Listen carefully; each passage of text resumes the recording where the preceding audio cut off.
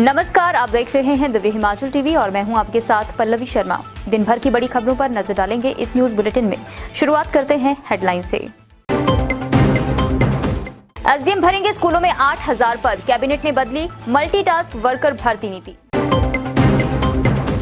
4 साल बाद JBT commission का रिजल्ट घोषित, 617 पदों पर हमीरपुर चयन आयोग का ऐलान। बजट की बहस से वो आदमी शब्द पर वॉकआउट, सदन में बरपा हंगामा। राज्यसभा चुनाव का शेड्यूल जारी, 14 से 21 मार्च तक नामांकन, 31 को होगा मतदान। राज्य वित्त आयोग से पंचायती राज संस्थाओं को मिलेगी 352 करोड़ की राशि। बर्दाश्त नहीं होगा हिमाचल की जमीन पर कब्जा, इंटरस्टेट काउंसिल में उठाया जाएगा मामला। शाम के सत्र में हो जमा 2 की परीक्षाएं, स्कूल प्रवक्ता संघ ने शिक्षा बोर्ड से की मांग। और अब समाचार विस्तार से।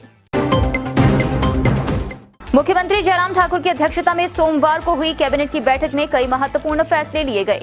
कैबिनेट ने शिक्षा विभाग की अंशकालीन मल्टीटास्क वर्कर भर्ती नीति में संशोधन किया है। इस भर्ती के रूल 18 को हटाकर अब रूल 7 के तहत भर्तियां की जाएंगी, लेकिन रूल 7 में अंकों का आवंटन बदला जाएगा। देखिए किस तरह से होंगी ये भर्तियां। मुख्यमंत्री जयराम ठाकुर की अध्यक्षता में सोमवार को हुई कैबिनेट की बैठक में कई महत्वपूर्ण फैसले लिए गए हैं। कैबिनेट ने शिक्षा विभाग की अंशकालीन मल्टीटास्क वर्कर भर्ती नीति में संशोधन किया है। इस भर्ती के रूल 18 को हटाकर अब भर्तियां रूल 7 में ही की जाएंगी, लेकिन रूल 7 में अंकों का आवंटन बदला जाएगा। इसमें विधवा, एकल नारी, दिव्यांग, अत्यंत गरीब और अनाथ बच्चों के लिए अलग से अंक जोड़े जा रहे हैं। रूल 7 के तहत एसडीएम की अध्यक्षता वाली कमेटी भर्ती करेगी और इस प्रक्रिया के तहत करीब 8000 पद भरे जाएंगे। इससे पहले सीएम की अनुमति से रूल 18 में कुछ ही पद भरे गए थे और कोर्ट के हस्तक्षेप के बाद ये प्रावधान हटाना पड़ा था। कैबिनेट ने कुल्लू जिला के भुंतर में नया खंड विकास कार्यालय खोलने को मंजूरी दी है। बीडीओ के 5 पद पूरे प्रदेश में सृजित किए जाएंगे। मंत्रिमंडल ने शिमला के सतोग, हाटकोट, बरेल और चच्योट के गढ़वार में नया पटवार सर्कल खोलने की अनुमति दी है। Divya Himachal presents Godrej number 1 miss Himachal 2021-22 powered by Arni university, beauty partner Roja herbal. अगर आप भी बनना चाहती हैं मिस हिमाचल तो तैयार रहें। ऑडिशन शुरू 7 मार्च से। जल्द आ रहे हैं आपके शहर। अधिक जानकारी के लिए पढ़ते रहें दिव्य हिमाचल समाचार पत्र या लाइक करें मिस हिमाचल के फेसबुक पेज और फॉलो करें इंस्टाग्राम पर।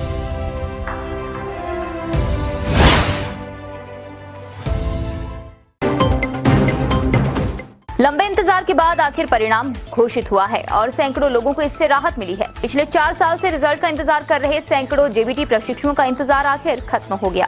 हिमाचल में नौकरी की राह ताक रहे 40000 जेबीटी प्रशिक्षुओं का रिजल्ट हमीरपुर चयन आयोग की तरफ से जारी कर दिया गया है। 617 पदों पर कमीशन साल 2019 में करवाया गया था, लेकिन ये रिजल्ट पेंडिंग था।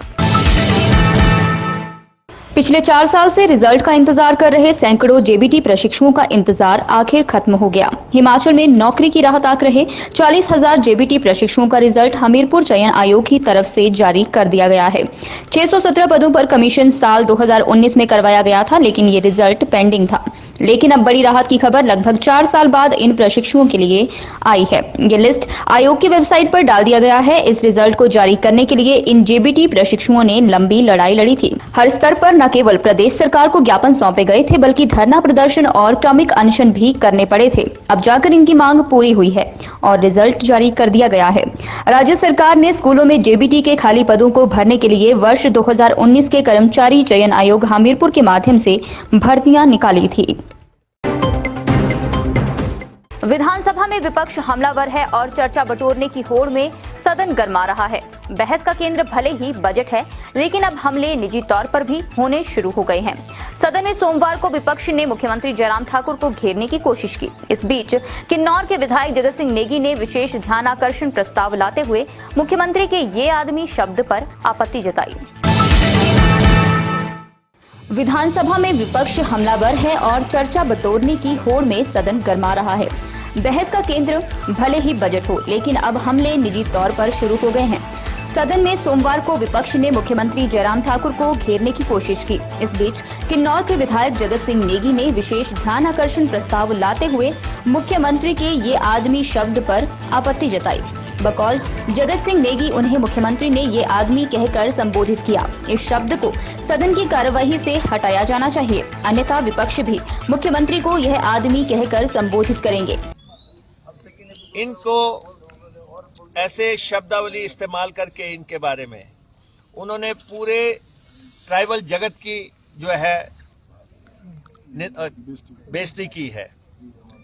और हम ये चाहते थे कि मुख्यमंत्री सदन में खुद खड़े होके इन शब्दों को हटवाते या विड्रॉ करते, लेकिन मुख्यमंत्री जी बार बार यही बात कह रहे थे कि इनमें कोई भी बात असंसदीय नहीं है।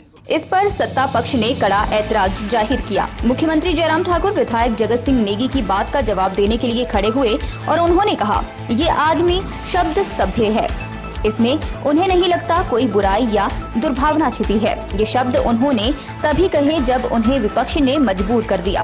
विपक्ष ने प्रधानमंत्री नरेंद्र मोदी पर टिप्पणियां की हैं और जो व्यक्ति सदन में ना हो, अपना जवाब ना दे सके, उसके पक्ष में बात करना सही नहीं है। चीख चीख करके चिल्ला चिल्ला करके सदन में बोल रहे थे। जब हमने उनको कुछ कहा तो उस पर उनको ऐतराज है कि बोलना सिर्फ उनको ही चाहिए, हमको बोलना ही नहीं चाहिए। तो ये नहीं हो सकता है। लोकतंत्र है, बोलने का अधिकार उनको है तो हमको भी है, बराबर का है।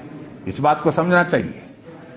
और सबसे बड़ी बात है कि कुछ लोगों का व्यवहार इस प्रकार से ये हो गया कि उनको बोलना क्या है वो महत्व का विषय नहीं, सोच करके आते हैं कि आज गालियां ही देनी है। हिमाचल से खाली हो रही राज्यसभा की एक सीट का चुनाव शेड्यूल जारी कर दिया गया है। भारत निर्वाचन आयोग की तरफ से जारी शेड्यूल के अनुसार 14 मार्च को नोटिफिकेशन जारी होगी और इसी के साथ नामांकन की प्रक्रिया शुरू हो जाएगी। हिमाचल से खाली हो रही राज्यसभा की एक सीट का चुनाव शेड्यूल जारी हो गया है। भारत निर्वाचन आयोग की तरफ से जारी शेड्यूल के अनुसार 14 मार्च को नोटिफिकेशन जारी होगी और इसी के साथ नामांकन की प्रक्रिया शुरू हो जाएगी। नामांकन 21 मार्च 2022 तक होंगे और नामांकन पत्रों की छंटनी 22 मार्च 2022 को होगी। नामांकन 24 मार्च 2022 तक वापस लिए जा सकेंगे और फिर यदि जरूरी हुआ तो 31 मार्च 2022 को मतदान होगा। इसी दिन नतीजा भी घोषित किया जाएगा। चुनाव की प्रक्रिया 2 अप्रैल 2022 से पहले पूरी करनी है। हिमाचल से कांग्रेस सांसद आनंद शर्मा का कार्यकाल पूरा हो रहा है और वह अप्रैल 2022 को कार्यभार मुक्त हो रहे हैं। उनकी जगह अब नए सांसद का चुनाव होना है। संख्या बल के हिसाब से इस बार भाजपा का सांसद राज्यसभा में जाएगा। जैसी की परंपरा है, कांग्रेस इस चुनाव में कैंडिडेट नहीं देगी।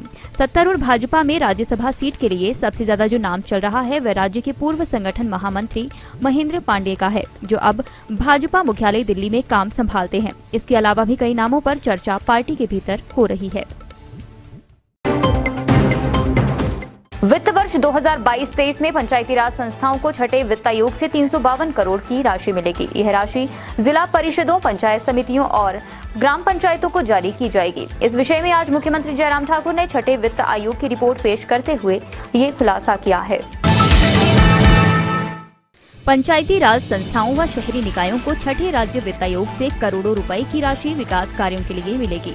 मुख्यमंत्री जयराम ठाकुर की तरफ से विधानसभा में छठे राज्य वित्त आयोग की अंतरिम रिपोर्ट पेश की गई है। इस रिपोर्ट के मुताबिक वित्तीय वर्ष 2022-23 में पंचायती राज संस्थाओं को छठे वित्त आयोग से 352 करोड़ रुपए की राशि हस्तांतरित की जाएगी। छठे वित्त आयोग की समय अवधि पहले 31 दिसंबर 2021 तक निर्धारित की गई थी, लेकिन अब इसे बढ़ाकर 31 अक्टूबर 2022 कर दिया गया है। मुख्यमंत्री द्वारा पेश की गई रिपोर्ट में बताया गया है कि अब तक छठे वित्त आयोग ने ऊना, चंबा, सोलन, किन्नौर और शिमला में स्थानीय निकायों के निर्वाचित प्रतिनिधियों के साथ बैठकें की हैं और बाकी जिलों में स्थानीय निकायों के निर्वाचित प्रतिनिधियों के साथ बैठकें होना बाकी है। हिमाचल की जमीन पर जम्मू कश्मीर के कब्जे को राज्य सरकार बर्दाश्त नहीं करेगी। इस मामले को केंद्र सरकार के समक्ष उठाया जाएगा। देखते हैं आज विधानसभा में इस मुद्दे पर क्या हुआ। हिमाचल की जमीन पर जम्मू कश्मीर के कब्जे को राज्य सरकार बर्दाश्त नहीं करेगी। इस मामले को केंद्र सरकार के समक्ष उठाया जाएगा। प्रदेश सरकार मामले को इंटरस्टेट नॉर्थ जोन काउंसिल में भी लेकर जाएगी। हिमाचल में इस समय चंबा में, जम्मू कश्मीर, लाहौल स्पीति में लद्दाख और सोलन जिला के परवाणु में हरियाणा ने कब्जा कर रखा है। यह मामला सोमवार को विधानसभा में भी खूब गूंजा। डलहौजी की विधायक आशा कुमारी ने चंबा जिला में जम्मू कश्मीर के अवैध कब्जे का मामला उठाया। बकौल आशा कुमारी, जम्मू कश्मीर प्रशासन हिमाचल में करीब 9.5 किलोमीटर अंदर तक दाखिल हो गया है। पद्धरी जोत में सड़क का निर्माण कर लिया है और इस क्षेत्र को पर्यटन स्थल के रूप में विकसित किया जा रहा है। इसके साथ ही हिमाचल की तरफ बनी सड़क को उखाड़ दिया गया है। जम्मू कश्मीर ने हिमाचल की 16,954 हेक्टेयर भूमि पर कब्जा कर रखा है। हिमाचल प्रदेश स्कूल प्रवक्ता संघ ने जमा 2 की परीक्षाएं प्रातःकालीन सत्र में शिक्षा बोर्ड से आयोजित करने की मांग की है। संघ के अध्यक्ष केसर सिंह ठाकुर ने कहा कि सायंकालीन सत्र में 9वीं जमा 1 जमा 2 की परीक्षाएं एक साथ करवाना काफी मुश्किल है। देखते हैं इस रिपोर्ट में। हिमाचल प्रदेश स्कूल प्रवक्ता संघ ने जमा 2 की परीक्षाएं प्रातःकालीन सत्र में शिक्षा बोर्ड से आयोजित करने की मांग की है। संघ के अध्यक्ष केसर सिंह ठाकुर ने कहा कि सायंकालीन सत्र में 9वीं जमा 1 जमा 2 की परीक्षाएं एक साथ करवाना काफी मुश्किल है। अगर इन कक्षाओं की परीक्षाओं को एक सत्र में आयोजित किया जाता है तो विभिन्न प्रकार की समस्याएं पैदा होंगी। कोरोना को मद्देनजर रखते हुए भी एक सत्र में 3 कक्षाओं की परीक्षाएं करवाना व्यवहारिक नहीं है। विभिन्न स्कूलों में परीक्षाओं को एक साथ आयोजित करवाने के लिए एकोमोडेशन व स्टाफ समस्या भी पैदा हो जाएगी। संघ के प्रदेश अध्यक्ष केसर सिंह ठाकुर ने बताया, शिक्षा बोर्ड चेयरमैन ने संघ को आश्वासन दिया है कि इस संबंध में शीघ्र संशोधन आवश्यक अधिसूचना जारी कर दी जाए। चलते चलते में नजर डालेंगे इन बड़ी खबरों पर। एचपीयू ने रेगुलर और इक्डोल की बीएड, एमएड की पहले, दूसरे और तीसरे वर्ष की परीक्षाओं का शेड्यूल किया जारी। यूक्रेन में अभी तक फंसे हैं हिमाचल के 58 बच्चे, मुख्यमंत्री ने विधानसभा में तीसरी बार दिया वक्तव्य।